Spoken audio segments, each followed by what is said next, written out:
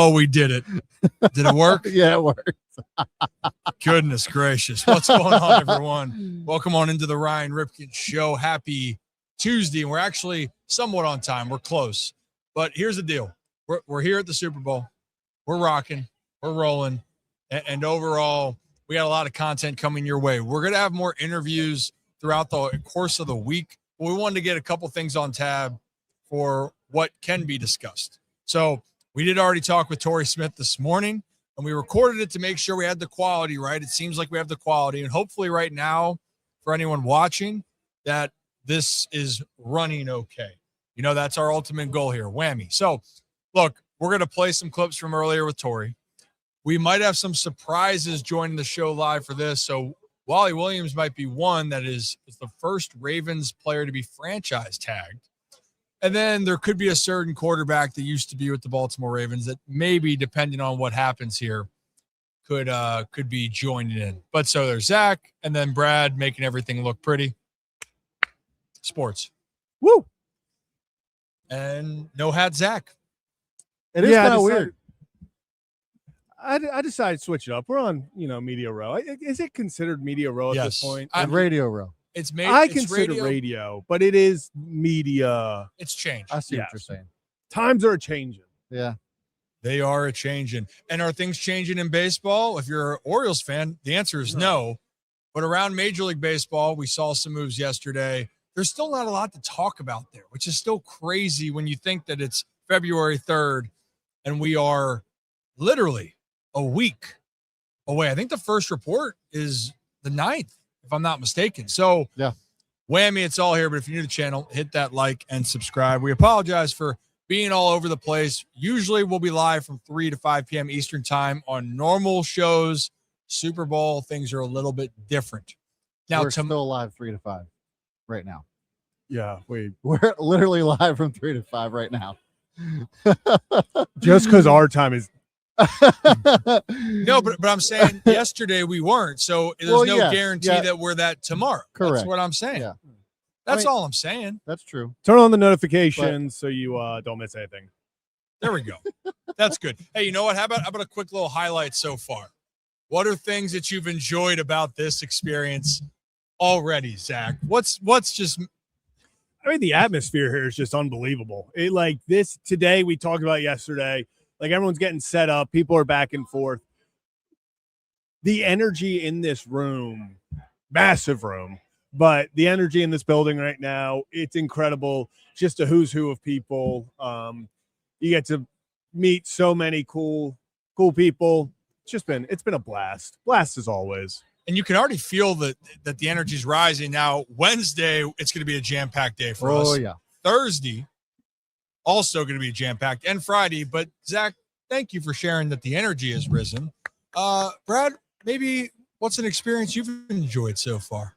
Torrey Smith busting your balls about how old you are. Dude, it hurts me a little bit. I will say this, too, and probably not a lot of people on the show will appreciate this, but Bonnie Jill was probably amazing. The highlight of our interview so far. Just a great conversation, and she could relate to you, you could relate to her. So what we will do for later shows, we're gonna clip up Bonnie Jill's interview to inject into it because the content was great there. She has awesome. Such a diverse background. I could have talked to her all day. Yeah, Charlie Batch was on earlier with us as well, former Steeler, current broadcaster out there in Pittsburgh. He has a great Todd Monken story, and then Torrey you heard it though. And you guys will hear it here too. Torrey's claiming, he's going to come on and he's going to be a part of the show moving forward. That remains to be seen, but he said he's good in the morning until mid-afternoon, which that would work out well for us. We'll take it. We'll take all the time. But where do we want to start with this conversation then? Do we want to start with the Torrey Smith video, Zach? Or do you need a second? Are you good? I was going to say, Feel good? I hope we start with the Torrey Smith video because that's what we had clipped up. So if we weren't, then I don't know where else we would start. Where do we want to start with the video? Which video do we want? Well, how about we'll start with Should we start with the fun stuff? What fun stuff do we have in there? Do we have Tori about the? Let's Do see. we want to talk about the earthquake? Do we want to talk? Did you guys know there was an earthquake here yesterday? Well, we weren't here when there was an earthquake. No. But we were in the air when there was an earthquake. okay, but Monday there was an earthquake here in San Francisco. No, I did not know. You did not know. Thank you, Brad. No. But you know what? So we asked Tori, was he aware that there was an earthquake yesterday? Well, there was a viral clip of Tori back in 2011, I believe, and Tori didn't handle the earthquake news then. And so it was his reaction reliving that moment. So let's start off the day with this fun clip. And the second one, it downloads. Let's start today off with this fun clip. If you noticed, yesterday there was a earthquake. Yes. So do you remember this moment? I knew it was. Time out. Let's go back to the beginning here. Hey, look, I know when there's been an earthquake when I just start getting texts with that video. I walked downstairs and they were like, someone was like, "Did you feel that?" I was like, "No, I didn't feel it." They were like, "Yeah, I think we just had an earthquake." And the crazy thing about it, this same hotel I stayed in, it was like my first year in San Francisco. We decided to stay down in the city for the night. We stayed at that hotel.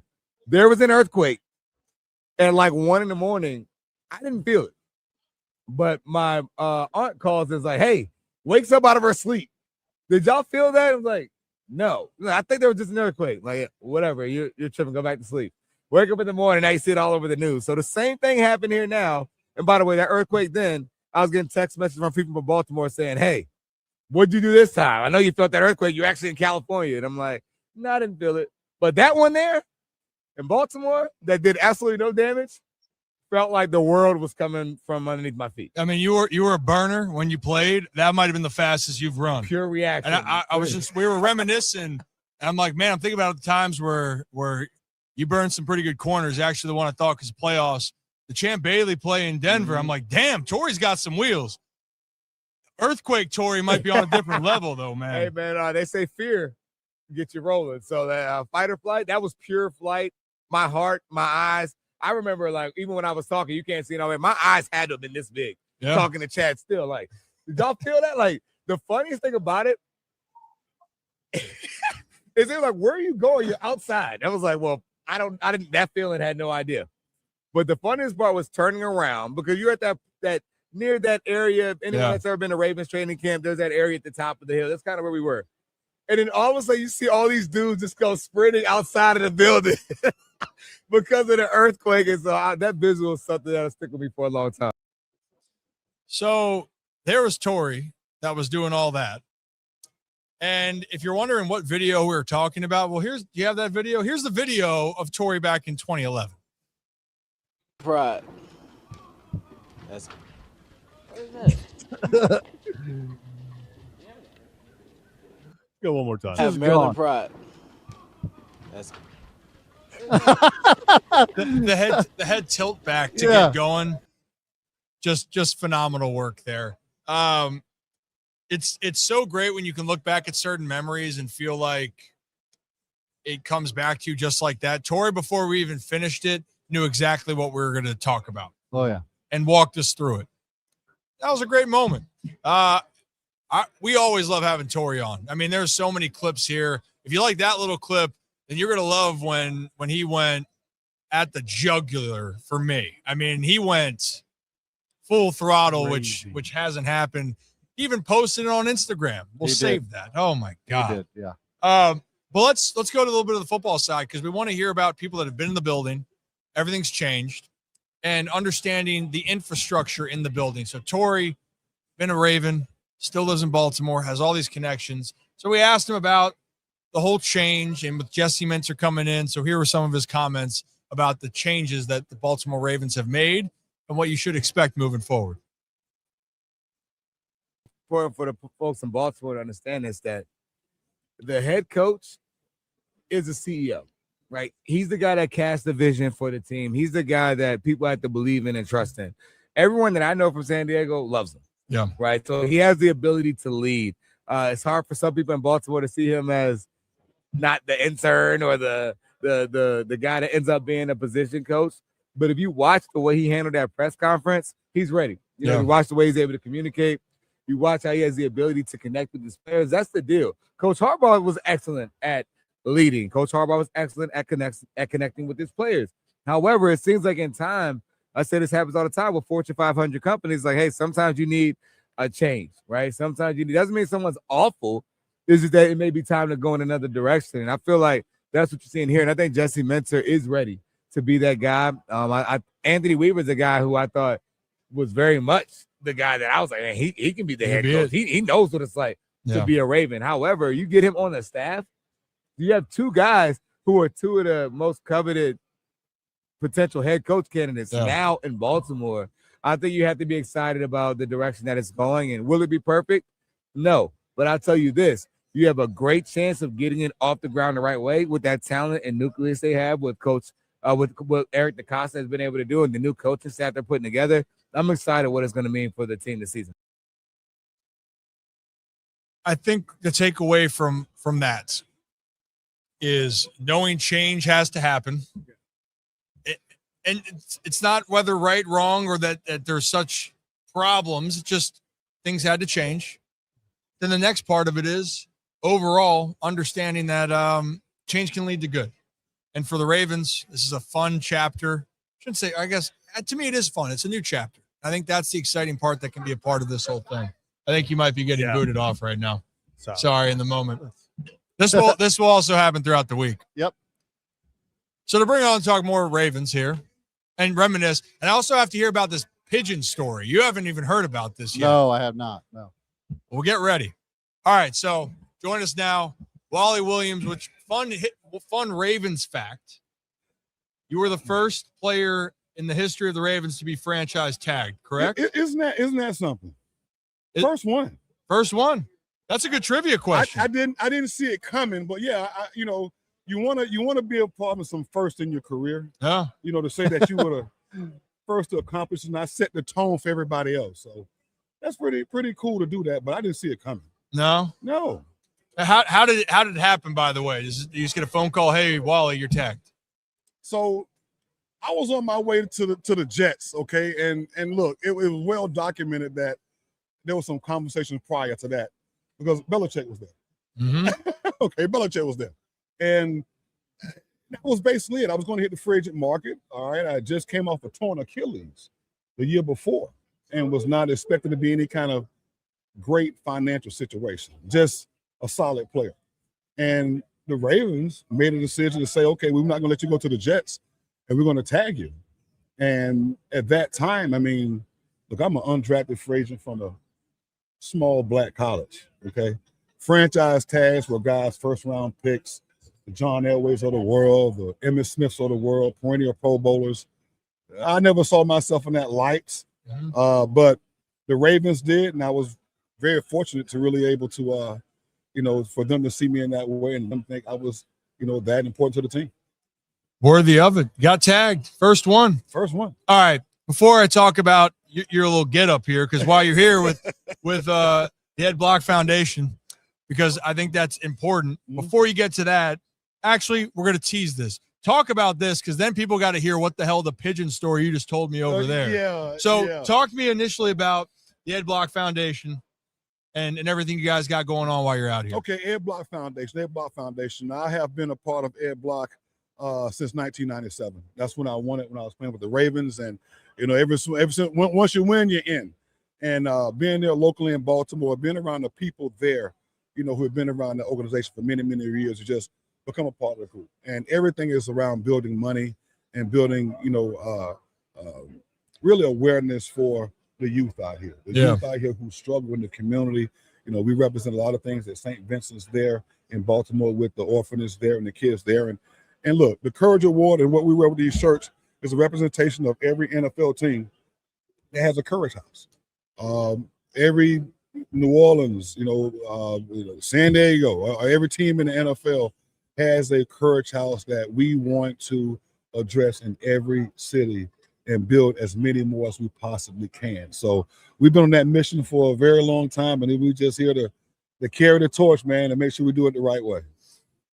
Had many other people on, but earlier I had Charlie Batch, Steeler, And he has his foundation, Best of the Batch Foundation. But the message is for this next generation, the ones that need the help, creating an infrastructure and giving them a helping hand, so to speak.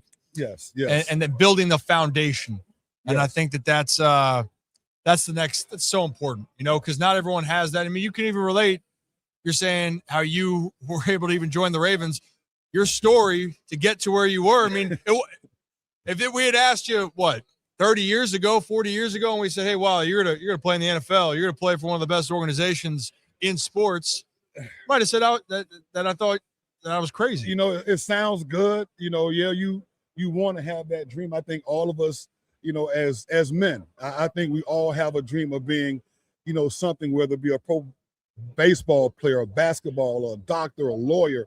We all have that dream of just being tremendously rich and tremendously wealthy and dating and banking out the model. That's what we're going to do. All right. And that's it. So how are you going to get there quicker? All right. So you have that dream. Some guys dream of being a policeman. I don't think they dream of banking a model, but being a cop. But I think that there's some things out there. So when you're able to kind of, live those dreams to a certain extent and actually do that thing that you said you want to do as a kid. I want to be an athlete. Really? Well, you get there. Then you're like, well, holy hell, I'm actually an athlete. And this chick next to me is pretty damn fly.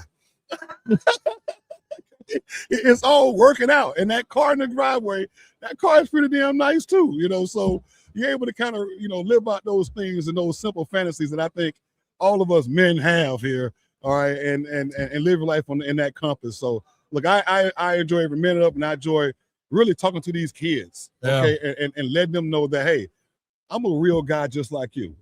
Okay. I'm not a engineering marvel. Okay. I went to school. I got cussed out by my teachers and coaches. There were sometimes I got my ass whooped. Yeah. Okay. And got knocked on my behind and maybe even thought about, I don't need this. It's too hot outside. Okay. This stuff actually hurt. Okay. Look at my arm. Okay. Look at it's shaking. I'm hurting out here. When you're able to get over that, okay, and keep the focus where it is and be competitive between those white lines, a lot of great things happen. And that's where I try to keep my kids. Don't worry about all this other stuff. It's hard enough right here. And if you stay right here and keep it simple, okay, you'll be where you want to be at the end of the day.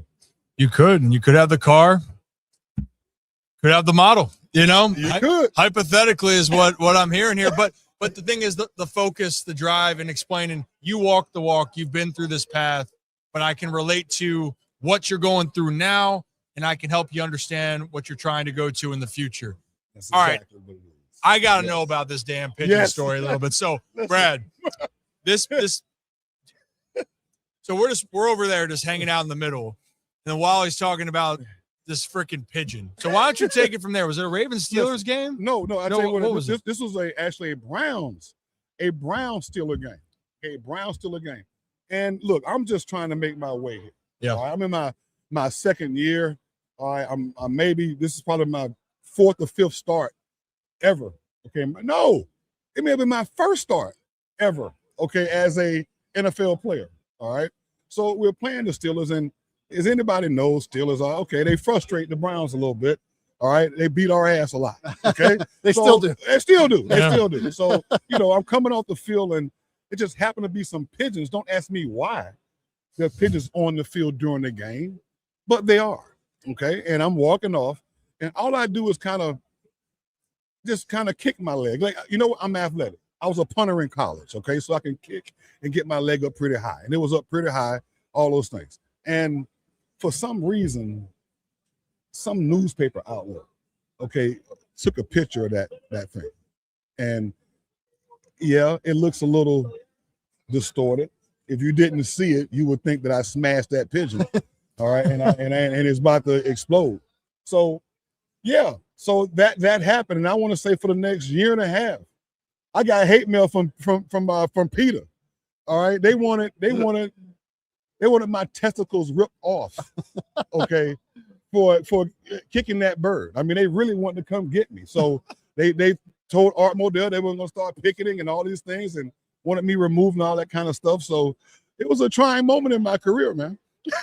right from the jump. From the jump. That's hilarious. Okay, and then the next year we'll announce the move and we're going to Baltimore. So there you go. There you go. Then you're in Baltimore now. Like they did kick you out, I guess. Yeah, you definitely were run out of town. I mean, Yeah, you were moved. yeah. We were moved. You were moved out of town. That was part of the bad pub. Yeah. You know, I guess I had a hand in that. Yeah. Kind of, woo-sawing us out of there a little bit, kind of getting that tidal wave going. Yeah, I think the rumor is if that doesn't happen, the Ravens might not ever become the Ravens. That's how I view it, There you go. Hey, we There owe you it go. all to Willie.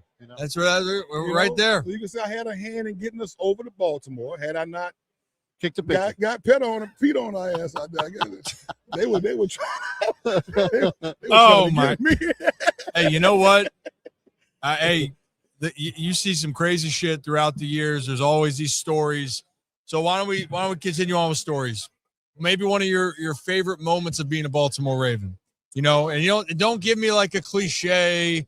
Is there a specific game that wasn't the big one or a big one that sticks out to you? And if it is, that's fine.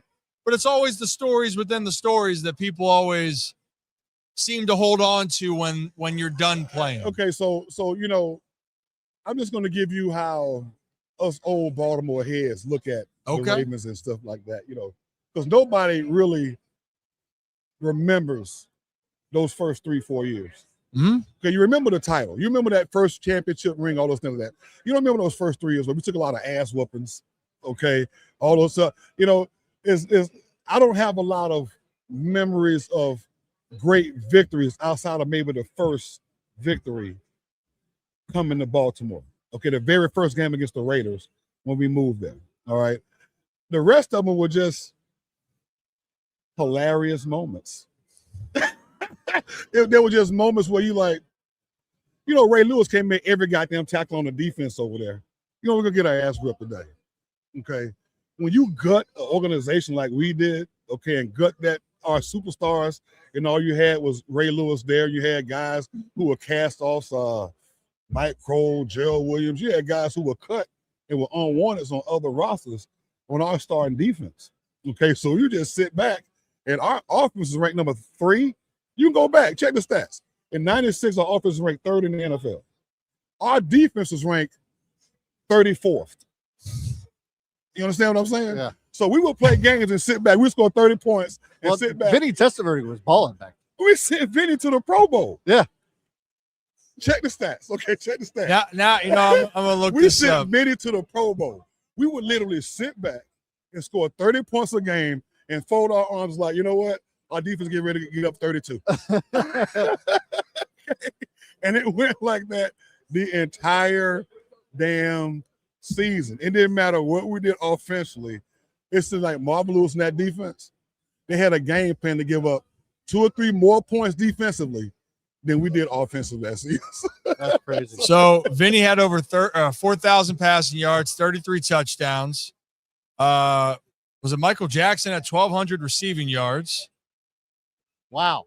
They can't do that now. No. Let's look at this. So 1996. 1,200 receiving yards. 1996. There was some moments that weren't very good. You had a 46-38 loss to New England, a 45-34 loss to Denver, a 38-20 loss. So then there were some other ones that Scored a lot of points and then gave up even more points. Well, I will say there's a 17-10 victory. You guys beat Oakland the first game 19-14. Right. Lost 24-21, 27-16. Okay. Let's look at the opponent. Okay. Opponent's net yards, they had over, that's a lot of yards. They had, that's a lot of yards. They have it's actually the identity, if you're talking about this, the Ravens defense rushing yards allowed 120 a game back in 96. Listen, people don't remember that. It wasn't always defense in Baltimore. Right. Okay. This thing had to grow and get to where it needed to get. Those early years, man, it was atrocious the way we played games, and it was very frustrating from an offensive standpoint. It was almost to the point to where when we made the shakeup and and I went free agency in 99 and went to New Orleans and all these things happened, it was more like, why are we moving offensive guys who has performed and we're steady bringing defensive guys in? So you bring the Chris McAllisters in. Right. You bring the the Dwayne Starks in. When I left there, we had just brought Rod Woodson in, yeah. So you saw the defense growing and maturing. Did we know they were going to be the best defense at that time in the history of the damn game? Hell no. Okay, but you saw some pieces there where you knew they were making changes defensively to get better, because we sucked that first year. We could not win a game because we could not stop anybody. But it's interesting that, like, to bring it up, the Ravens have been known to play like a Raven. It's been defensive-minded, physical, tough. But in the early years of the Baltimore Raven football, the first year, that wasn't the case. It makes you think. And then the future years, we're looking at, okay, then it becomes the Peter Boulware, McCrary, Saragusa, Starks, McAllister, Ray, Jamie Sharper was on that team. Yes. Damn. Yes. It was a turnaround. Yes. It was a turnaround for the squad. If you ask those guys, and like I said, they're predicated on success. But if you go to the origin of where they were and where we were as a team, we had a lot of fighting in camps. Okay, you can ask any reporter who came during that time. We had a lot of fighting in camps, and our players were back and forth. And all those guys, the Sharpers, the Bulwers, the Ray Lewis of the world, we would beat their ass. Okay, and I do mean literally wear those guys out. So by the time they saw other teams, because our offense is pretty good. Yeah. You're dealing with Mr. Franchise over here. Okay, you're dealing with Orlando Brown over here. You're dealing with, J.O. offensive line. You're dealing with Jeff Blackshear. You had some guys. We were a vicious group of guys. Okay. Yeah. Then you add in the Jeff Mitchells as we come along, and other guys that we bring to the table. We had a O-line thought process and a mantra that was really built in being physical and aggressive. And you had to deal with that. It wasn't just when Jamal Lewis got there. Oh, that was in place way before he got there. And those guys took their lumps. And by the time we start battling pretty good, I felt that they were able to compete. And you saw that rise really start. I would say the end of 98 going into the 99 season, that defense started to kind of grow and show some teeth a little bit. Yeah. We actually came up here and played them in 99 when I was with the Saints, and they beat us up pretty damn good then. All right. And I was like, if we don't block 52, you're not going to get anything on them. And then it took off from there. So since you're bringing up Ray and you had the origins of Ray, what made Ray him? Like, he was the guy. He was physical, and he talked the talk, but he walked the walk on the field. He did. In that year in 96, he had 110 tackles in his rookie year. Yes. The Eddie George battle, then going to 2000, which ironically, the offense being the strength really did flip, because the offense in the Super Bowl year in 2000, after you went away, they didn't score for like 6 games or whatever it was, right? Or 6 quarters. What was early Ray like? Like, what is something that people don't know with Ray as the player that made him arguably the greatest linebacker of all time? And I think, everybody out there listening needs to hear this, and this is kind of relates to life and how things kind of go as you get older. And I'm a old grizzled player now and not playing the game, but his enthusiasm to learn. He was the annoying little brother that would come up to you and say, hey, what was that? Hey, what you did on that play right there? Hey, what was that step here that you caught me off guard here, or I didn't see that coming? He would be that guy that would come right to you and ask you what happened. He did not know that. I did not see this coming. How did you do this? How did you make that read? And he wanted to have that edge every play. It wasn't just like after practice. This would be like doing the play, in between plays. On the practice field, he'll be saying that. On the practice field. Okay, he wouldn't wait to the end. This is now. Okay, now, homeboy, Florida boys. Yeah. What happened on that? Okay, how did you get this angle on me? I say, Ray, because you're reading heads. If you're looking at my head, I play linebacker. I know if I do this right here, you're going to jump that way. But if I look this way and step that way, then I'm going to knock you out. Okay, because you're not reading your keys. You're just reading a player. Okay, stay with your keys. So he wanted to know those things, the other little things that we would do to make your life uncomfortable. And then he graduated from there. And I think more important with that, we wanted to teach him. Okay, you hear a lot of times when vets come in and those are not the guys to talk to. You can't. You heard about some of the relationship with quarterbacks. Brett Favre's job is not to teach Aaron Rodgers the game. You learn what I do, but I'm not going to bring you in here and get you to take my job. I think we never had that kind of mentality as a group when that was offensive line play or any kind of thing. We wanted our guys to get better, and we knew that Ray was going to be a guy that we needed, all right, for our team to get better, especially that defense, because we thought they sucked anyway. We needed that guy to kind of get it going. Well, that guy turned out to be that guy, and then that unit was in 2000 is going to go down as one of the greatest units, if not the greatest. It's going to be debated, but they are up there for the best. Yes. And it started with 52, and then that honestly created a shift on what the Ravens actually turned out to be, but not how they started. So, hey, Wally, before I let you get out of here, anything else you want to share or that people that you're working on? I mean, I'm going to see you. Are you here all week? I'm here all week, man. I'm here all week hanging out, having a good time. Look, I keep a low profile, man.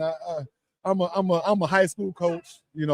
I coach at my high school down here in Tallahassee, Florida. Yeah. I'm down there with my old high school coach, the guy that taught me. There's a lot of nostalgia, and I think that goes with being around that, and I just enjoy working with the kids. I have one of my kids is still involved in football. He's a recruiting coordinator at the University of Kansas, and I get to stay in the game and be relevant, as much as I possibly can. Because hey, you're doing this thing since you're 5-6 years old, and I'm still involved, and that's where I'll be. But just hovering around, man, enjoying life, enjoying my kids, being a granddad, the whole thing like that, and hanging out here at Media Row when I can. Awesome. Well, you just got summoned back over there to do some ed block work, so get on over there so I don't get in trouble. But Wally, I appreciate you, man. Thank you. Appreciate you. Thank you. Appreciate you. All right. Hey, I'm gonna send y'all that picture when I find it. Please. Of the pigeon? Do. Oh yeah. Please do. That story right there. Please do.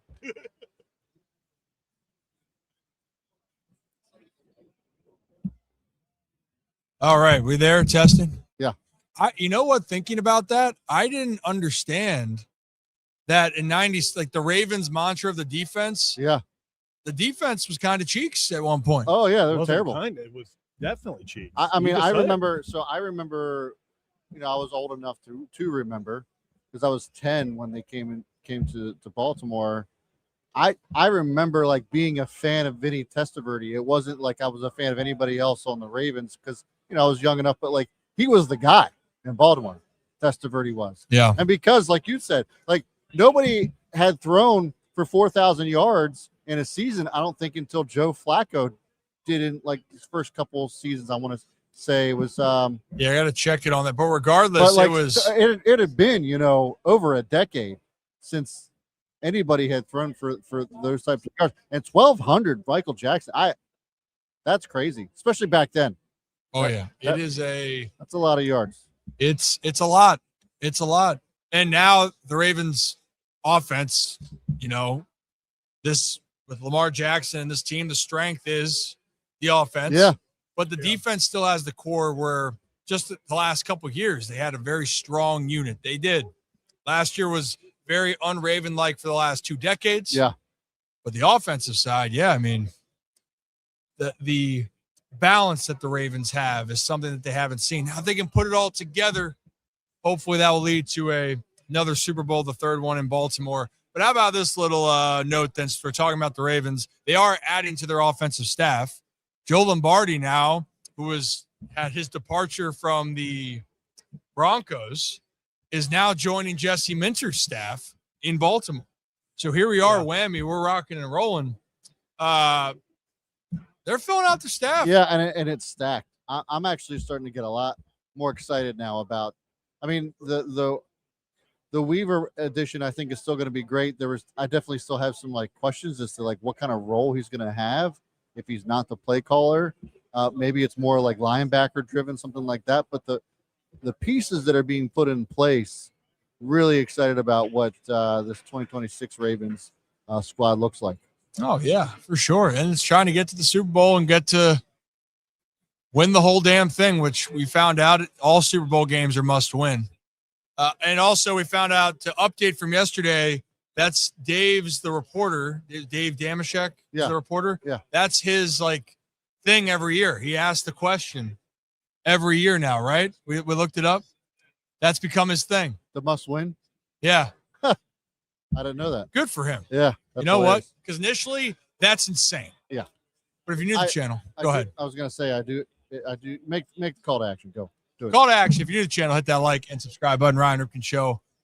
We typically Monday through Friday are live from 3 p.m. to 5 p.m. Eastern time on YouTube, X, and Facebook. We also are on Spotify. You can listen on Apple, Spotify, we're on the podcast platforms.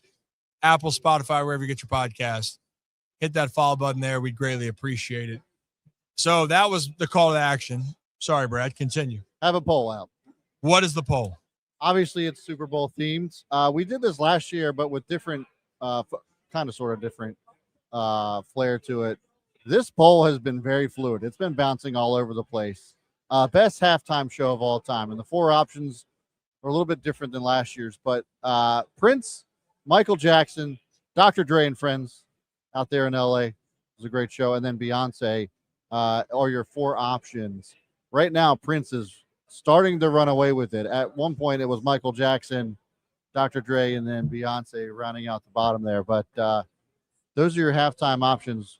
What say you out of those 4? I think for Aura, which I didn't.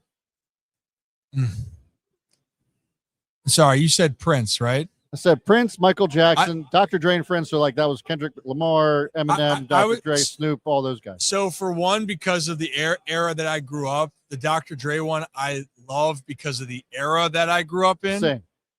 Having said that, from like a performance standpoint, probably I didn't see the Michael Jackson one, so I can't remember. Well, which Beyonce? Beyonce had 2, right? But I don't like the first one because of what happened, but with the lights, is what you're referring to? Yeah, well, they won. So they did win. Yeah, they won the game, so you had to have liked it a little bit. I didn't like that we would have ran away with that. But my point, my answer, shit was raps until that the lights went out.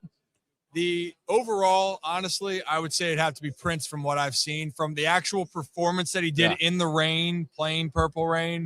That's pretty iconic. That was pretty iconic. But as my generation, I would say the nostalgia of Dre and the group, that would be to 2 side of it. Dre for my nostalgia, but I think Prince's performance was number 1. Yeah. I like the Dre one just because, that was one of those where everyone, it was like you knew it wasn't just going to be him. And I think part of the appeal to that was like when there are some people that come on and like it's not just going to be them. Like they are going to bring on everyone they've ever done an album with, anyone that's ever been featured on a song. And I felt like with Dr. Dre, that was like the big thing was like you did not know who was popping on next. I obviously wasn't around for the Michael Jackson or Prince one. I was around, just was not coherent. Yeah. But so out of good faith, I can't pick one of them. But I do know, just like talking about iconic, like Prince always gets put up there at number 1. Like when you just talk about everything. U2 was also iconic. I mean, it was 2. You were 2. You were still young. What about U2 was iconic because it was like the Super Bowl after 9/11. Yeah. So that was also a really cool one. Yeah, that definitely has that feeling. Yeah. Of the power. Yeah. Powerful feeling. Well, if we're talking about iconic, does Justin Timberlake, Janet Jackson count as iconic? So I'm glad you brought that up. That's not the one that I was thinking about for me. So you want to talk about like nostalgic, like iconic ones for like my era generation? It was the NSYNC, Britney Spears, Aerosmith, and Run DMC all had a show together. I think it was the 2000 Super Bowl. It was the Ravens Super Bowl. Oh, it was? Yeah. And also I was mistaken. Janet Jackson, Justin Timberlake. Yeah, I knew who you were talking about. Yeah. I knew where you were going. But yes, so like that halftime show for me, anybody my age, that's like their 2000. Yeah, 2000 halftime show was, or 2001, I guess, was a great one because there's the way they put it all together. That was incredible. I think Mary J. Blige was in that one too. I don't know. There was a ton of people. Oh, I love it when it's like very collaborative like that. yeah. Yeah, that's what I was saying. I loved about like when you get those that it's not just gonna be that performer. Like you're like, okay, we're gonna get a bunch of people. Those are the fun ones. Yeah. They are the fun ones. It'd be great. It'd be great to see more of those moments, especially halftime shows where your team's in it. Because now with the Super Bowl, what's going to happen? I'm going to watch commercials that are being leaked out I know. currently now, which apparently there's some other, and I bookmarked them, but I didn't watch them. I actually watched one this morning. It's bad. I know but it was awesome. They are they are incredible. That's the issue. The Xfinity one, I won't say anything about it. The Xfinity one, They did a good job. phenomenal. So good. Okay. That So gives good. me hope, but I'm also saving something for the game. Yeah, I hear you. Because the halftime show, we'll see about the halftime Well, show. But that is it for a lot of people is watching the Super Bowl this year. Yeah. If it's not your team, like you're watching for the halftime show and the commercials. Yeah. Like if you just love football, then sure. Like I'm going to watch the game because I love football. Right. But Right. a lot of the people don't watch it for the game. Yeah. If their team's not in it, they might be too pissed off. But they'll turn it on for the halftime show. Yeah. Oh, I digress. We're losing recipe. We're losing recipes. Well, Super Bowl commercials a week and a half before the Super Bowl. What are we doing? Like, what are we? is that your grind your gears? Yes, today? it was my grind my gears last week, and it's going to be my grind my gears again this week. It's gonna have to be another And it's probably going to be my grind my gears next week when they start releasing Super Bowl commercials after the Super Bowl. yeah, Like, because Budweiser, I think, released theirs already too. Didn't they? I hope not. I'm not even I'm gonna anything that I see like sneak pre Super Bowl, commercial. I bookmark it. I don't watch it. I refuse. I want to be there for the moment. I don't blame you. I don't blame you. Yeah. I was gonna say like that might be another poll as well. The most iconic commercials, Super Bowl history. I like to have shows about that, right? They do. I gotta go back and look at some of the old ones. I still laugh my ass off with the avocados ones that they used to have. Yeah. I don't know why. Avocados from Mexico, and they just go. They just be insane. The draft one was fantastic. They're like you know what? Like We're gonna take their the time. original You there? original like what's that? Oh, Zach has no idea what that's No. even from. No, I know what Having a that's. bud. I know what the what's that? Yeah, what movie is that? Oh, I from? don't know the movie. I've seen the commercial though. Okay. Yeah, it's a commercial. It's a Yeah, but it's from a movie too. Is it? Yeah. I thought the movie was because of the commercial. What's your favorite scary movie? Well, sorry, if it's whatever one was first Oh, I see. The commercial was in first. collaboration or like it's together. You know what I mean? We gotta get shirts like this. These guys next to us are something else. We'll get the logos rocking. I want to put out the Gridiron Golf. We got no space right now. Zero. No No. room for gridiron golf. You know what? And we're like in like this pass through Yeah. multiple times. I've had to shoo people off because they're trying to walk right in front of our cameras to get to like everything else that's behind me. So like this wall, if you can see, there is no opening, and it goes all the way down the length of the space. Mm-hmm. Oh, did Uh-oh. Wally What you find the got? photo? What you got, Willie? Wally, what'd you find? There it is. What is that? That looks like it was Photoshopped. So Wally kicked the bird. So Oh, okay. send it to me. Yeah, there. Mm-hmm. Send me the. Hey, that's some good flexibilities in the hammies, dude. That leg got up there. It did. That's impressive. Hey, linemen are athletes too, man. I'm telling you. That's Thanks, Wally. That reminds me, I was a fake punter in 7th grade. What? Oh, nice. Yeah. Anyways, Anyways. fake punter. What I was Fake saying punter. though is like the logistics here. So like this wall goes the entire length of this building. Oh yeah. There's no way to cut in. So like anybody that's on this side of us has to cut in somewhere, and lots of times they're trying to cut through here. Which, by the way, the Kay Adams show is right here. Yep. Right Fox behind me. Sports is behind. Fox Sports. Pat McAfee's over there. And we're the Ryan Ripken And Show. we're the Ryan Ripken Show. How about that? Hey, you know what? Before we get into some of the other football and baseball news, can I one more grind my gears from the Tory interview? This is my grind my gears today, is people misrepresenting and misjudging how old I am, and the It is wild.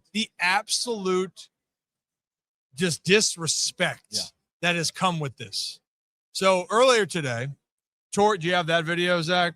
Earlier today, Torrey Smith, former Ravens Super Bowl champion, was on and held back no punches, but he had the hardest time coming to terms with what my age was and wanted to make sure that I knew that I looked nothing like my age. So let's just play that.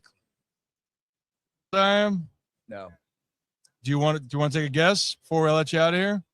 Be careful with what you say. 39. Damn, dude. 32 is good. I'm still younger 30s. How old are you? 32. You're younger than me. No, you ain't 32. You're I 30. just turned 30. How am I? 36 or 37? Wait a minute. You I killing just me, turned dude. 37, bro. Okay. You know, Tor, it's great to see you. Where besides that, because I You're gotta how get you out of here. 32. I know. Is it my maturity? There's no way. No way you're 32. No way. Angela, you hearing this? This is abuse right here. Is he 32? I'm 32. Why do you think I'm not 32? Do you want the answer? Yeah. The hairline. The facial hair. You got the little 5 o'clock shadow. If the shadow was a little bit, it's one. If you went bald, Yeah, go ahead. you would look younger than 32. I don't know if I feel good about that at all. I still like you sometimes. Oh, that's great. Like, and not This even- was the highlight when he had to ask I the know. person how old he am I? was. This is why, like, having Tori on would be great if he would actually answer his texts. I told him, I said, I have unanswered texts from you, bro. Oh, same. I have But answered like, text. if we actually came on the show, every time we see Torrey Smith, he is like buttoned up professional. You know, he does the pregame shows for the Ravens, for Ravens media, and he's he's usually buttoned up. But you get like relaxed Torrey Smith in this kind of setting, it's content gold for sure. Like, here's the thing. Okay. I get it that my hairline is up there. All right. I fucking get it. Okay. I understand. But I think I still take care of myself. Yeah. I think I'm just mature. Okay. I can handle myself. I can articulate some sentences. I can work with groups younger, older. Yeah. But to sit there and the audacity to not get over the fact of how old I actually am, it hurts. Yeah. It hurts my soul a little bit. So what grinds my gears, that's what grinds my gears. If we're being completely transparent. Yeah. And it bothers the hell out of me. Am I happy about it? No. No. I'm not. But we are happy that you're joining us here today. And if you're new to the channel, hit that like and subscribe button, Ryan Ripken Show. We are live Monday through Friday from 3 to 5 on YouTube, X, and Facebook. Guys, why don't there is some other kind of Ravens related news. Todd Monken was introduced today as the Brownies. as the Brownies. The Brownies. Oh, are you getting up right now? Oh, that's right. Wait, you're leaving me? Sorry, we're getting all set up. I'm losing track of time here. Anyway, so we're gonna have all this throughout the show today. Yep. We're gonna have guests joining us and from all different backgrounds. Yep. So now we're gonna have Mark Kerr joining us here momentarily, whenever he's ready. He can throw the mic while the mic's getting thrown on. Why don't we? Yeah, you can do that. Perfect. That's all it does. Hey, that's cool. Like that? What? What kind of mic is that? Wait a minute. For what? Hollyland. So, timeout. That's Now I'm blown away. That's badass. So, Yeah. the, Wow. the beauty of all of this is The nerd in me just like went- yeah, I as the tech guy. Are they really? No way. He said $240. for these? Just is this a magnet? New ones that go over and then link together, so it's only a tiny thing on the outside. No Wait a way. minute. Okay, Come now on, that's what I said. so you don't feel as tech savvy with this? I mean, No. we're in the same spot We're here. in the same spot. So Kerr, is that Yeah, the Mark. Mark Kerr? Nice to meet you, Ryan Ripken. Appreciate Nice you. to meet you, Ryan. So, and this works. It's a magnetic. I like. So lapel. he just did this to me. I like it. So this is Yeah. That's like new stuff for me. yeah. you know what? Hollywood. I'm gonna have to remember that. You need to talk to your tech department. Yeah, a tech department back there, Brad. We need it. I'm taking a photo of it right now. Actually. Yeah. He had it, and he's like, just use them. I don't care. I just want to try it. And then I never went back. See, this is Wow. people helping people here. Yeah. One, you get to meet some great guests and people like yourselves, and then I get this tidbit on how to handle our tech. So This is Brad, why we come to the Super Bowl. Yeah. This updates you get you to from That's right. 2.0 to 3.0. That's right. So for those that don't know, Mark Kerr, former UFC champion. Yeah. So I always like a little bit of origin story here. Yeah. So you can give a little bit of background here on you, but then I also want to know, like, my background was baseball, going through minor league stories. Yours is a little bit of a different background, so probably a little wrestling, mixed martial arts. So give a little bit of a background if you don't mind, and then maybe a welcome to UFC type of moment here if you don't mind. My background's wrestling. I grew up in Northwest Ohio Yeah. and got a wrestling scholarship to go to Syracuse University. Won an NCAA championship for them in 1992. It dates me, but at this point, don't care. And so in 1993, I made my first world team. 94, won my first freestyle national championship. Won a World Cup that year. Just wrestling's my lineage, right? Yeah. I go on and on.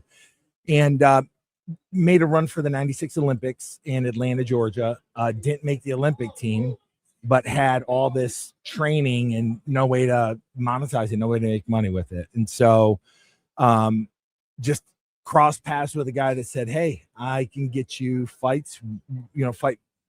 Well, at the time I had to fight 3 times in one night, but I'll get to that. Oh yeah, continue. Like that's I got a some thoughts. pause. Yeah, that was a pause. Yeah. Continue on. So, Continue on. so he said I can get you a fight, $25,000 one night, and that year in '96 I made about $20,000 full-time wrestling, $25,000 one night or a whole year of trying. So I go, okay, not knowing I was signing up for 3 fights. Well, I knew I was signing up for, but not really knowing what I was signing up for. Right. 3 fights one night, basement of a hotel in Sao Paulo, Brazil. It's written like a movie script. It's written like a movie script. No weight classes, no time limits. Somebody had to tap, bare knuckle. And still to this day, I can't believe I said yes. I didn't even ask those questions like, do we wear gloves, not wear gloves? I didn't even get that far until we got down there. It's like, oh, no gloves.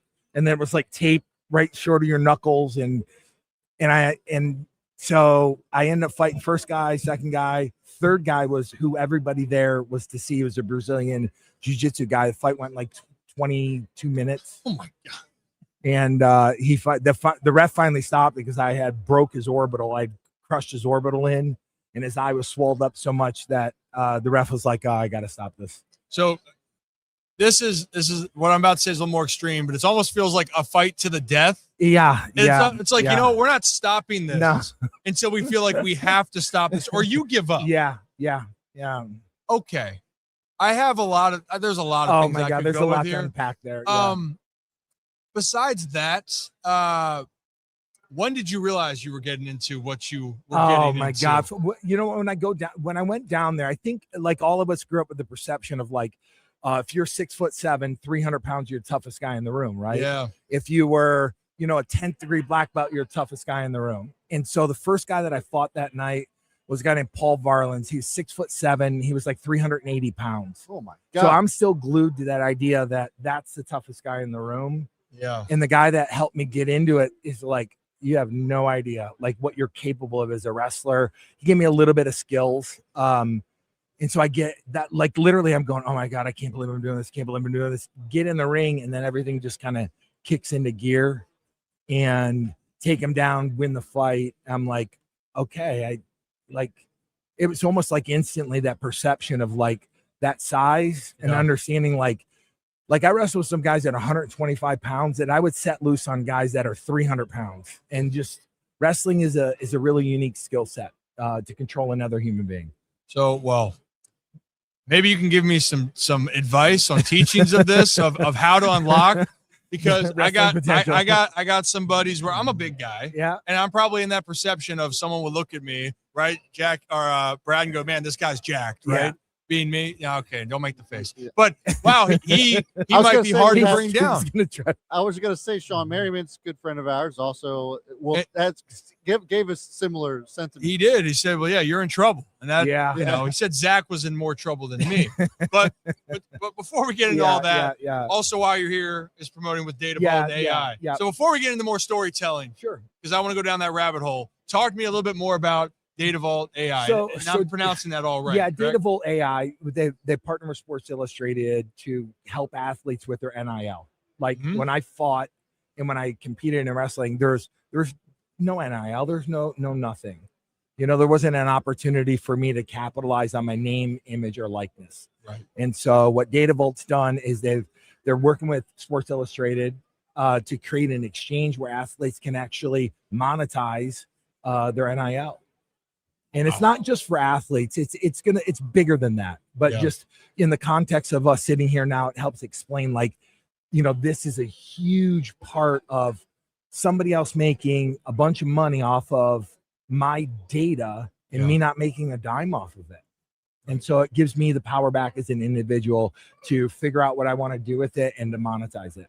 Well, and especially now, the digital sense. Oh, That's the biggest part here. And that's where the value you're saying Yep. for athletes, as NIL is evolving, Yep. it's still trying to keep the power.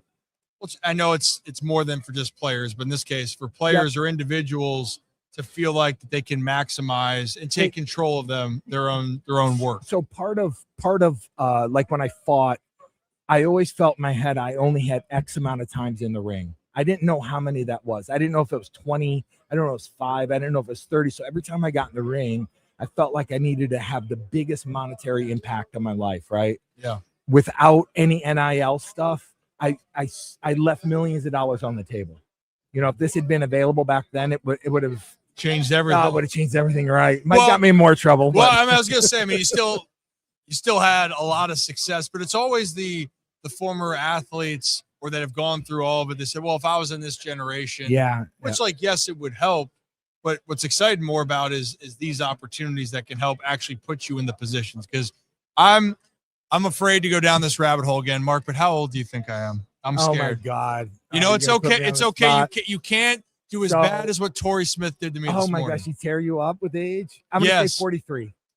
Uh, Did I butcher that one? yeah, it's okay. It's all By right. about 10 years. I'm 32.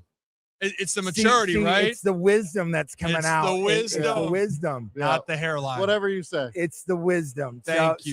So it's one of those things where like I would call you an old soul. I'll take it. I'll take it.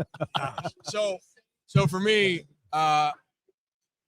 10 years ago or 12 years ago, I would have been in the college ranks. Yeah. You know, I went off to play pro ball, was in the minor leagues, got to AAA. I grew up in a baseball family, but even my family growing up, they didn't know anything about how college athletics were going to work. Yeah, First yeah. off, I had a father and an uncle that just went right into pro ball, but how it was for them was different how it was for me. And then for me now in the last 10 to 12 years, I don't even recognize Yeah. how any of this works. The landscape's changed. Oh, absolutely. Yeah, I think NIL last year, I think it was a $2.5 billion industry just collegially. Yeah.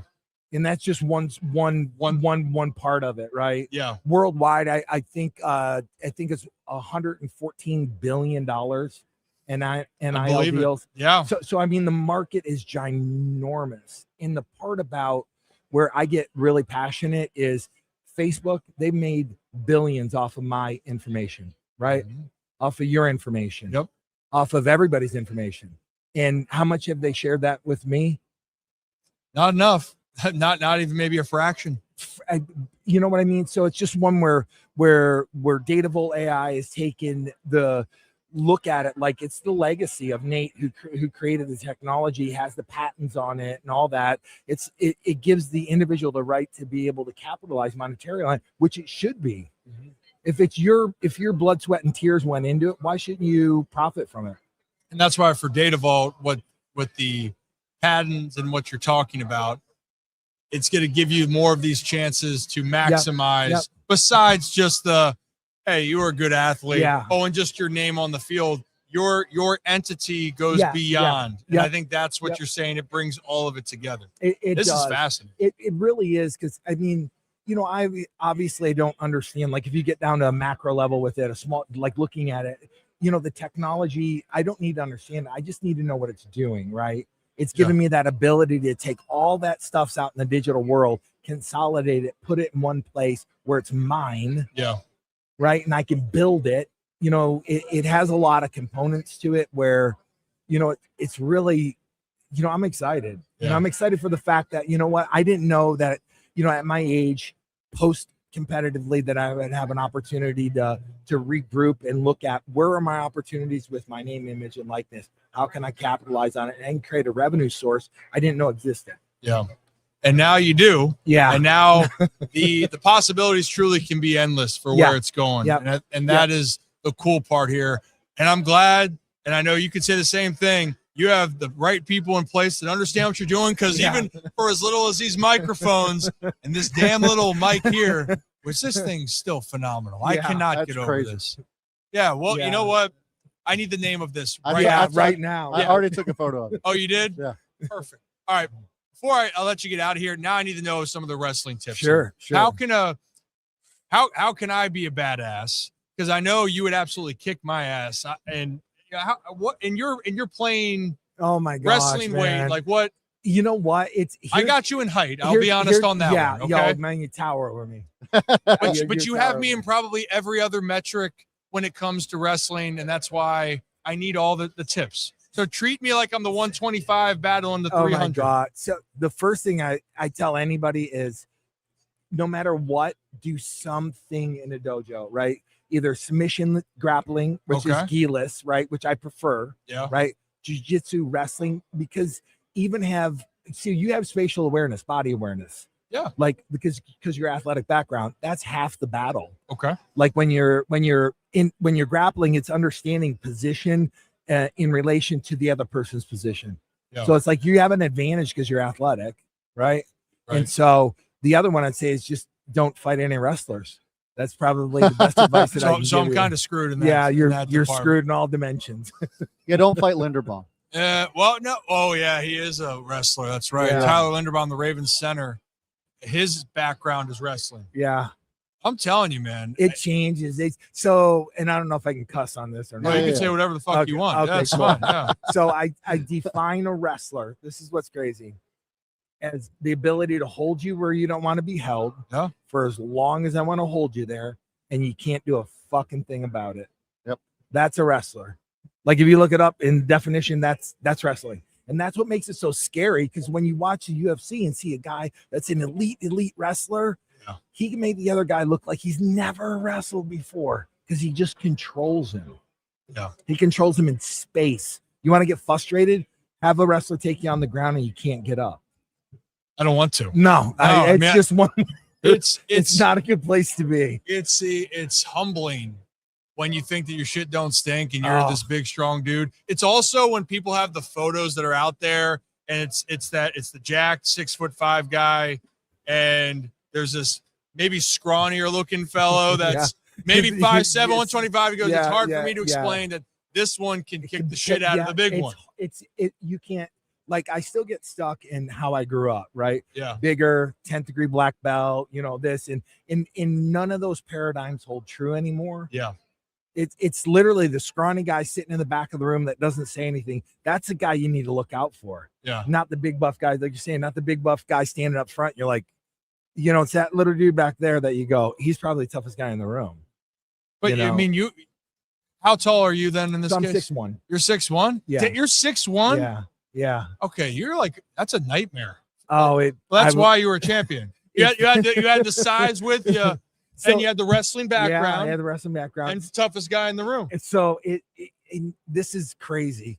So at some point, I don't know where this narrative got stuck in my head. I had to answer the question of, if you and I got put in a room, who would come out? And that's what it sounds like when I repeat it to myself. It sounds ridiculous. Yeah. But it was one of those driving factors in me. Like, I needed to know that answer. Yeah.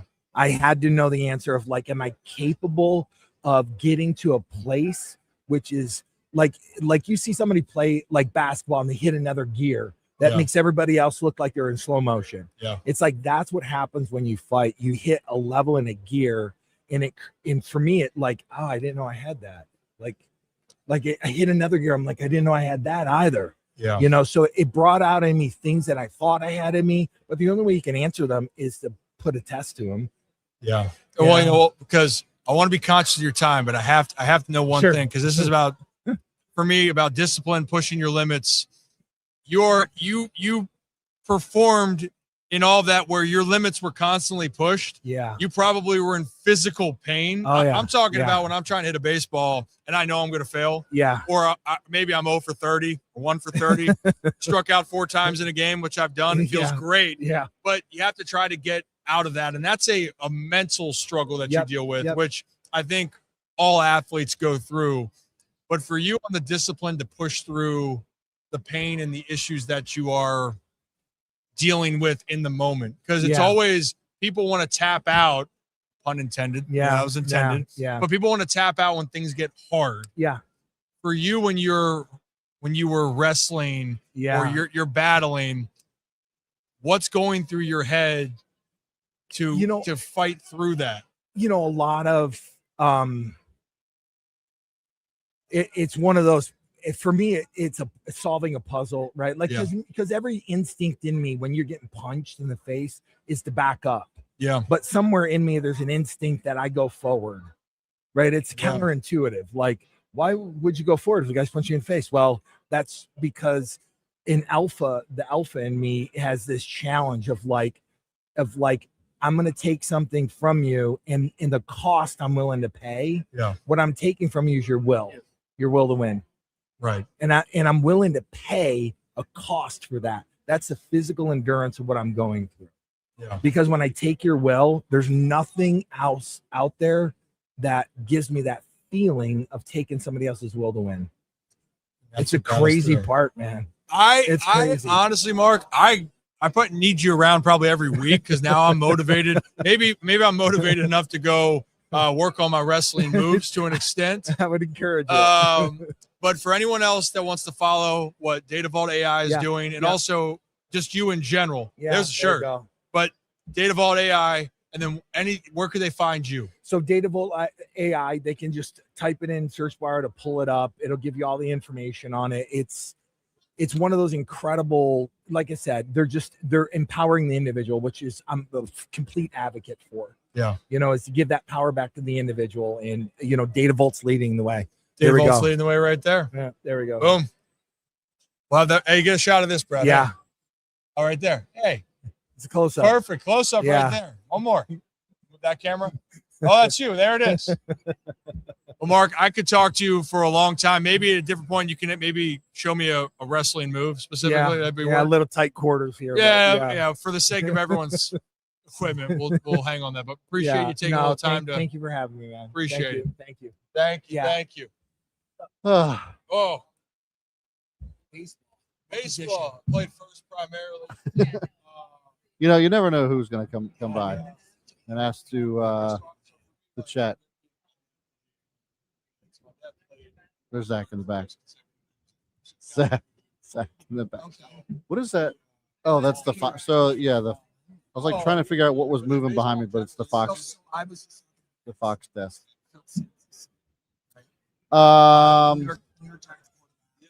Yeah. So hit that like and subscribe button if you haven't done so already. I think we're done with guests so far today. For the show wise, anyway, we're gonna do a couple more after the show.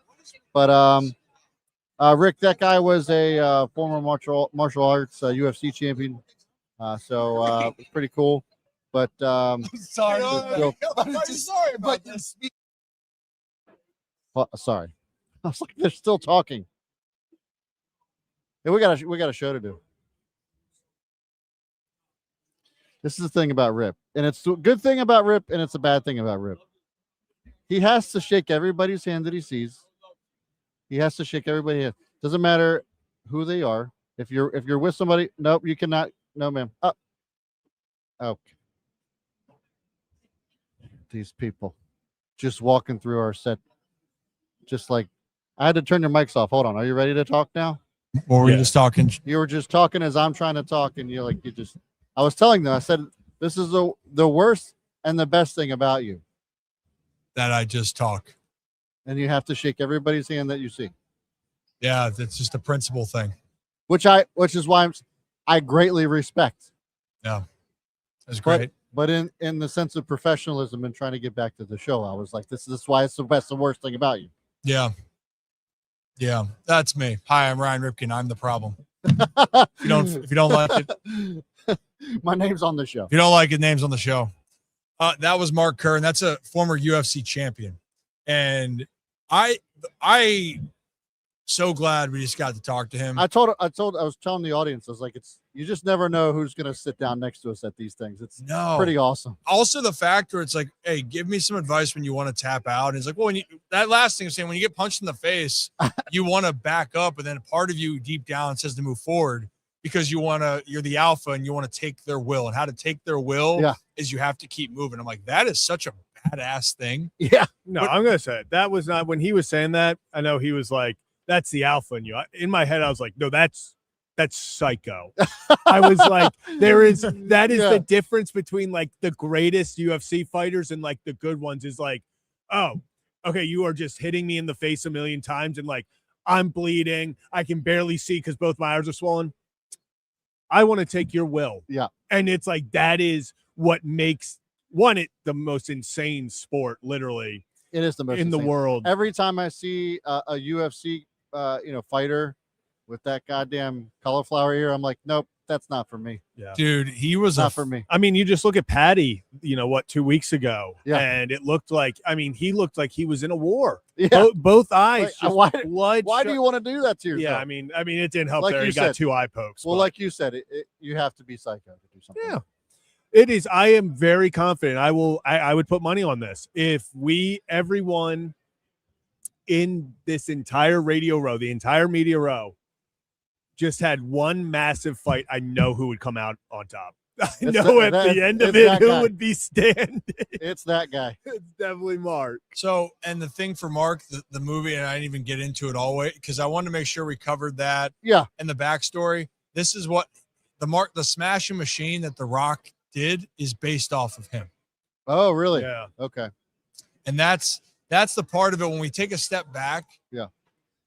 And you realize who you're talking to and how he was that. And also, in some cases, it's good for people to be uplifted and they get their ego stroked. Yeah. But in this case, it's almost like when you realize when you hear him talk and you might think for a second, okay, that's tough. Like you fucking grinded. Yeah. And then you realize of actually how much success he had after. Like, go look him up. Yeah. Go look up Mark Kerr of all he's accomplished, that they did documentaries off of him, that his story from the beginning is, to me, it's wild. Yeah. It's absolutely wild. And 3 fights in one night. Yeah. Bananas. And maybe in the future, I'll ask him if we can even talk more about his story. I'd love to talk more about his story, but when we have people on, they also have their agendas that they're trying to hit. And we only have 15 minutes. Yes. Yes. But if you're new to the channel, hit that like and subscribe button. Ryan Ripken Show. We're live here from Radio Row. I know typically we have our normal shows of what we're running and how it is, but that's not what Throw it all happens out. here. Yep. Just throw it on out of here. I So know it's probably not the best time to bring this up because we just had a UFC fighter on, and obviously some of the most insane shape you'll ever be in. They are handing out mini Snickers ice creams over there. So like I might after we get off. Is that at the Definitely. Bounty? Yeah, it's next to it. So they're giving out wings and then the Snickers ice cream. So Well, the Bounty last year it was the wings, and the wings are phenomenal. yeah, they're have doing wings again. What's Ryan's show? Oh, they're doing wings. And Yeah, that? everyone's getting wings. So No when I way. just went to the bathroom, they still got the wings going, and then Snickers is here too with Snickers ice cream. Oh, Yeah, so hell that's yeah. if you guys need me after the show goes off, you'll know where I am, where to find me. We need to get Ryan Shell to just get it for us. We might need it. Make him the gopher. You know, for Grind My Gears, maybe that could be a Snickers sponsor because it's like, hey, have a Snickers. You're Yeah. not you, You and know, you're yeah, hungry. exactly. You're not- You're mad. What? That was literally me yesterday. Yeah. I Went was- 24 hours without eating, and then I reached that point. Actually, it was like right when we signed off, when I was sleeping in my chair. I Yep, was we're like, done. I'm I will over it. say my body still is very much like off. Like I'll sit here and I'll be like, yeah, like it's the evening, and I'll be like, it's 1:24. Oh, I was up at 4:30 this morning. Yeah, I can't imagine you were up at like 4:30 this morning. Yeah, and then I was showering at like 5:30. Yeah, I was up at 1. No, I wasn't. Did you get your workout in today? I actually woke up and did push-ups.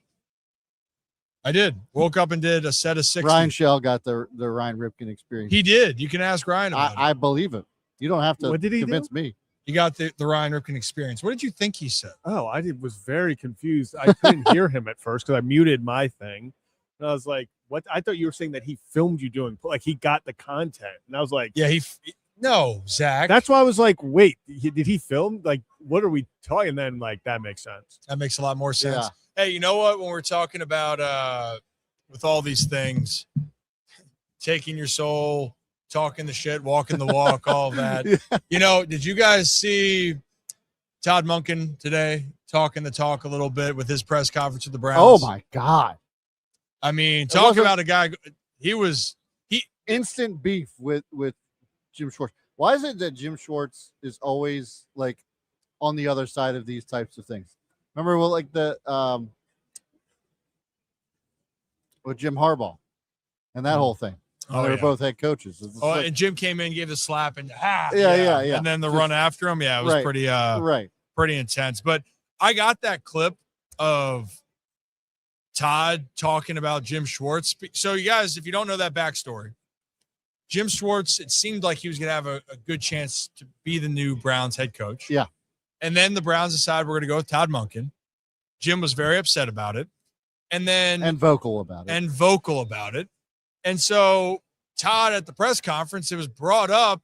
And so then Todd made it clear he's not game planning for the coordinator. He's game planning for a certain player or players. So here's that clip. Anticipation is we're not going to change the system. Very difficult to go against.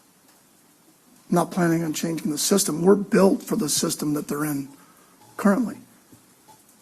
And I'm not going to get into staffing because that's not at this time to get into that. But they can be rest assured that we're going to keep the same system. We're still going to let them attack. We're still going to let them play free. I can't see any other way. They're a big reason why I took this job. The defensive players. I didn't take this job because of Jim Schwartz. I have a lot of respect for Jim Schwartz, but as I would hope he has for me. But I took it because of the players that are here, the ownership, Andrew Berry, and the ability to build this roster from the ground up on the offensive side. So, and I said this to the other guys. I didn't think I'd say it, but I'm going to say it. When I was preparing for the Cleveland Browns, I wasn't trying to chip Jim Schwartz. I was chipping Myles Garrett. And when I was sliding a protection to the outside backers or Grant Delpit that were blitzing off the edge, I was sliding the protection of the players. And when I was worried about throwing to the right against Denzel Ward or Tyson Campbell to the left, that's who I was worried about throwing at. So he did say right there, I wasn't going to say it, but I told him I don't think I was going to say it, but then he said it. Like, in typical Todd Monken fashion, by the way. And you know what? What I've always appreciated with Todd is he is honest with how he feels. Yes. And I do 100% believe him with everything that he says. So in this case where he goes, I have a lot of respect for Jim Schwartz, no doubt I believe he 1,000% does.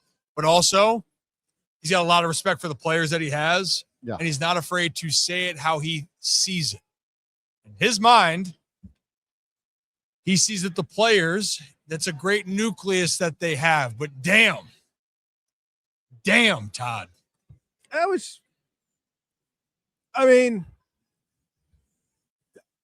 he said, like you just probably, he was like, I wasn't going to say it. Probably shouldn't have said it. Like, let's just be honest. Like, I love Todd. I think that, like, for us, it's incredible because, like, it's entertainment. It's okay.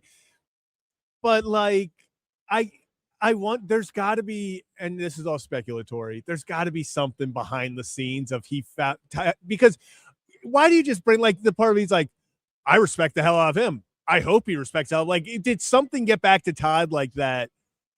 Jim Schwartz was like, I can't believe they're choosing that guy over me. Like, I just felt like something had to have transpired because that was kind of a crazy, just like stray. Well, there was multiple reports about Jim Schwartz being upset and just being like, I'm out of here or whatever. So I think that's probably what that was in reference to. Yeah, no doubt. No doubt. And at the end of the day, this business, it can be frustrating. And when we had Charlie Batch on earlier and talking about Todd Monken getting the first head coaching job. Look, Jim Schwartz had a head coaching job before going back, but he's also getting up there. And so you don't know if you're going to get more chances to do this. And if you love it, it's going to mean so much. And if you love the sport and you're acting about how much people care, well, Todd Monken, even though he said those comments, Todd got choked up earlier. I'm actually going to play that clip talking about the emotion of being a head coach. So I'm going to play that clip and continue this conversation.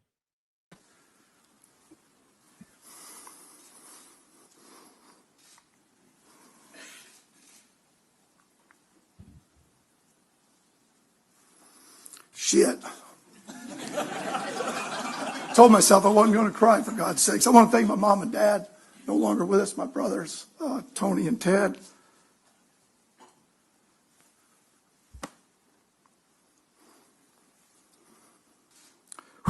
College roommates. Drove up here to be here today. You can see how much emotion he has. Yeah. And with the Jim Schwartz part of it, the reason why he was so hurt is one, being in that building, and two, you love football, you want to be a head coach. Like, there's only so many that can say that they can be an NFL head coach. And if that's a dream, might not come about again. And for Todd, he's been waiting for that. And that's the moment. I also love the fact that his college roommates, he said, drove up. That's awesome. Yeah. And how do you not want to root for that guy except when he plays the Ravens? But you can just, I love that. I love that part of it. Happy for Todd Monken. I hope it works out for him and the Browns. Not against the Ravens, but I hope it works out against the rest of the division. And we talked earlier about with Wally about Pittsburgh just beating that ass against the Cleveland Browns. Yeah. I hope for the Browns' sake they learn how to beat the Steelers more. I hope that they can become a playoff team, but just not as good as the Ravens. Yeah. All right, that's about it. We'll see with that. I mean, I think that comes back to the point of so many people when he first took the job were like, why would he take the Browns job? Why would he be a head coach? I don't get it. Why would he want to start his career in Cleveland, his head coaching career? There's only 32 of these.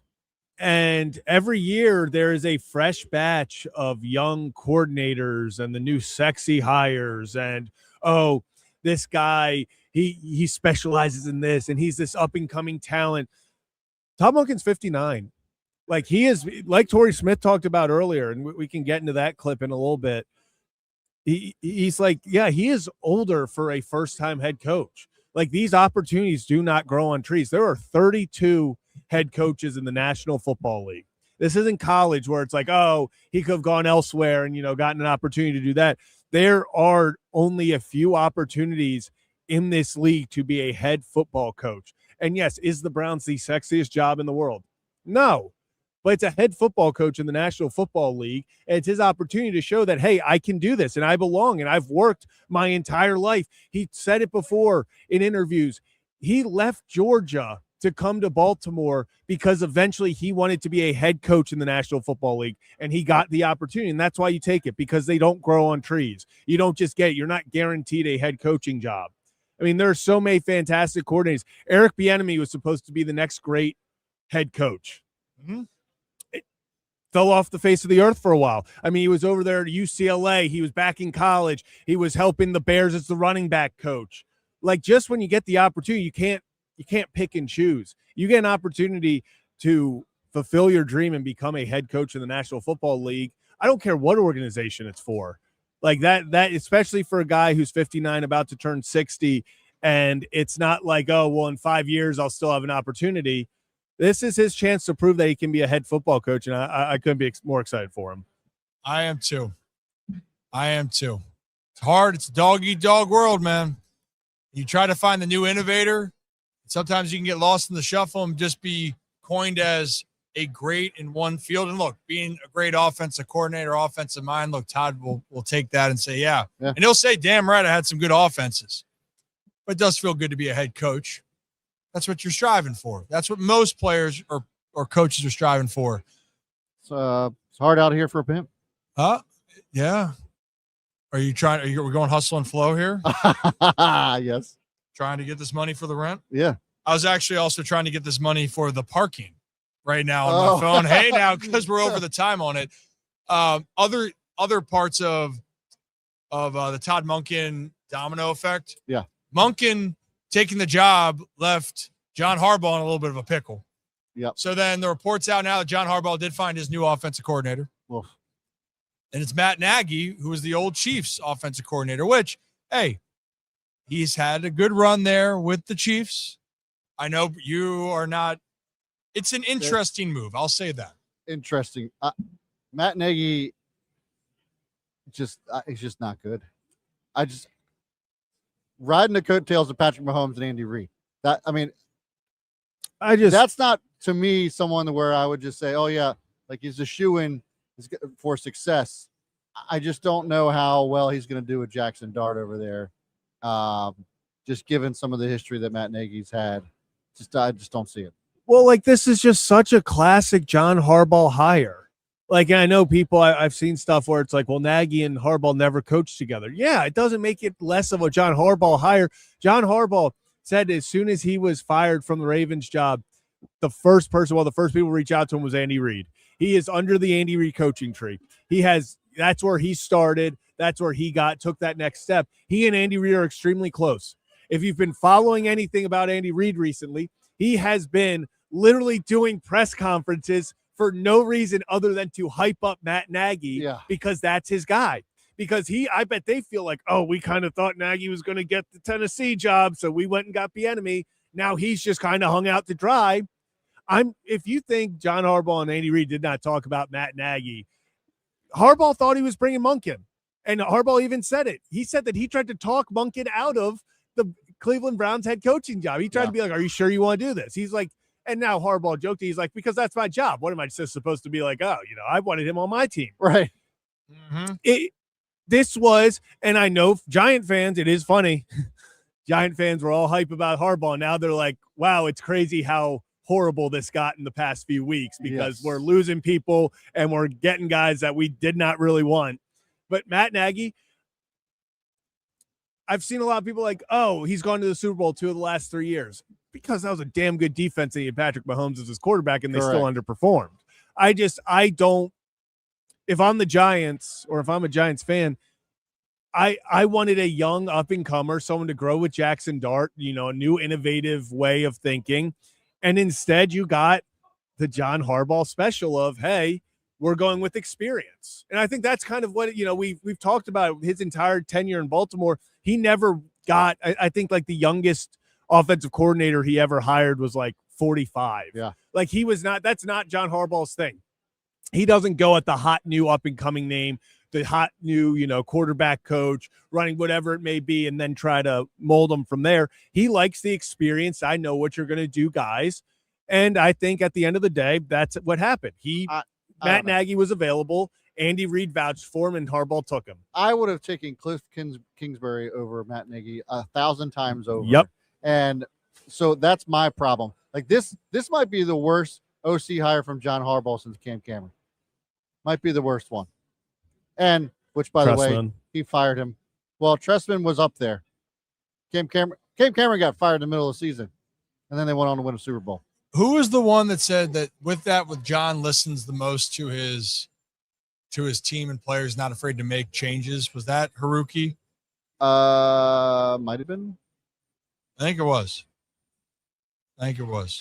The reason why I was bringing it up. But yes, it is an interesting hire, and I'm sorry. I'm making sure that the parking is paid for. That's fine. We don't need to get the car towed. Wouldn't that be a story? It would be. If you thought I was mad about the Parkway, boy, let me tell you.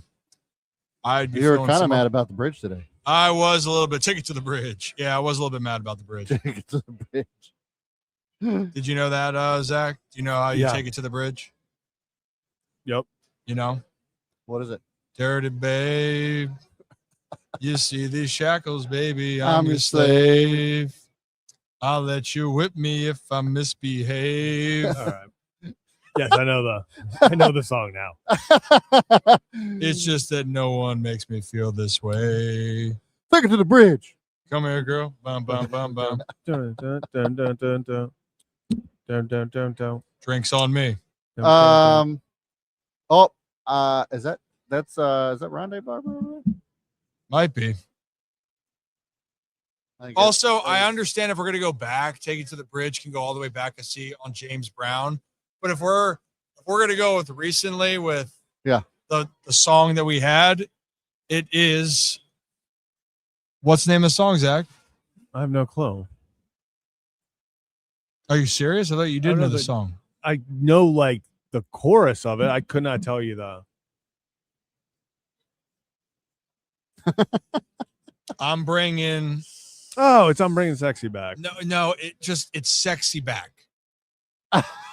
That's the name of the song. It's not I'm bringing sexy back. It's Well- it's just sexy back. Sexy back. Or final answer. Okay. Goodness gracious. It's like But- Tori similar. Smith on Family Feud, Yeah. I don't get that reference. or I guess Vince Wilfork. Yes, that There makes you more go. sense. Corey Smith apparently killed it on Family Feud. Yep. And Zach Bollinger's never brought sexy back. Do we want to play that Tory Smith clip, or we hold Which that for one? later on? The one about Family Feud. Oh, we can wait. We can wait. We can wait. You know, right now I wish we had more news to share with you guys with football. Tomorrow's going to be an insane day. Baseball. Tomorrow is going to be an insane day. We are going to be rocking and rolling from early, which would probably be around noon this time, Yeah. noon Eastern time. Yeah. We'll be rolling for about like 5 hours. Yeah. Straight. It's humming. Do I Yeah. want to give any teasers that we have? We will have Yeah. two raisins. Two raisins. Two ravens. Jesus Christ. Let's see.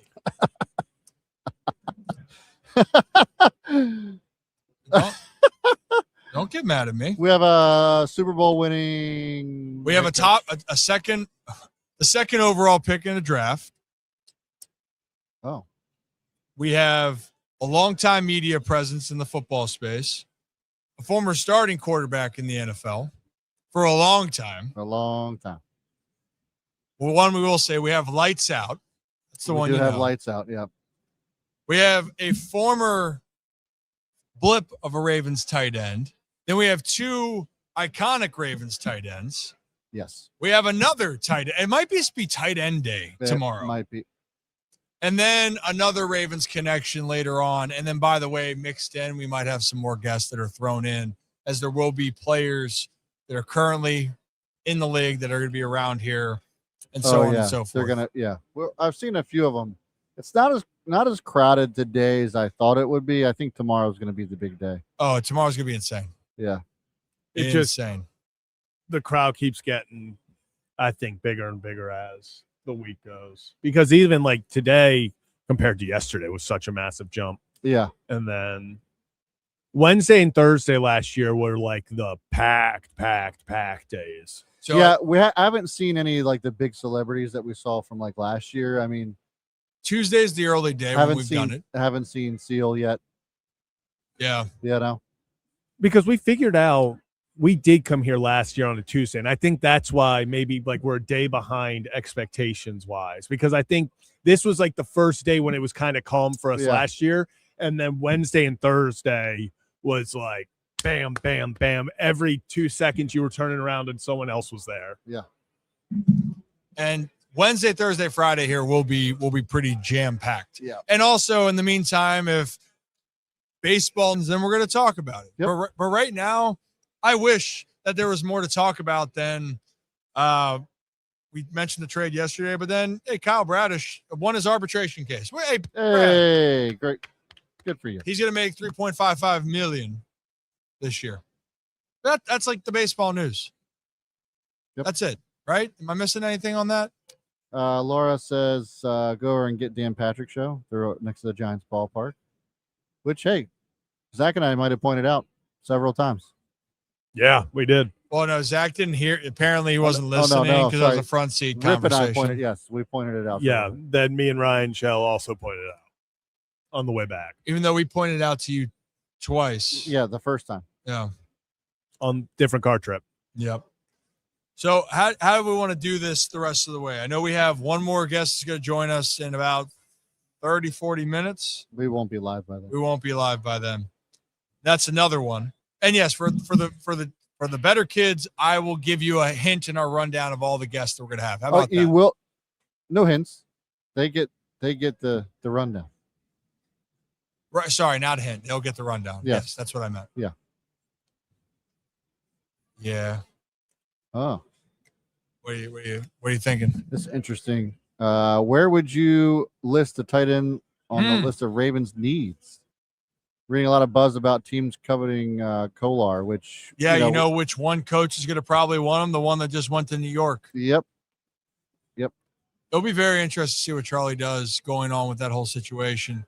And likely it is. Where would I rank this though? I mean, I would think I would rank it pretty highly. Although I don't know if it's as high on the list as restructuring Lamar Jackson's contract, Number one. so that you can re-sign Tyler Linderbaum. That's number one for me. They need to keep Linderbaum in the building. They got to find every which way to do that. Have to. But You cannot let Tyler Linderbaum leave. Period. Not when you have a new head coach coming in. Not when you have a new head coach coming in, and Lamar Jackson obviously still very much in his prime, but like, hey, clock's ticking on him. Why wouldn't you want to do everything you can to protect that man? Well, and the best player to do that is Tyler Linderbaum. Well, and you need your weakness is on Your the offensive line. right? So it makes a lot of sense, but he's going to get paid. Fine, pay that hey, man. hey, what's the odds? What's a percentage? One of the Ravens tight ends, Likely or Kohler, goes to the Giants. Oh, one of them makes it. Look, you know what? If this was the day after John Harbaugh got or signed with the Giants, I would say it's pretty likely. No pun intended.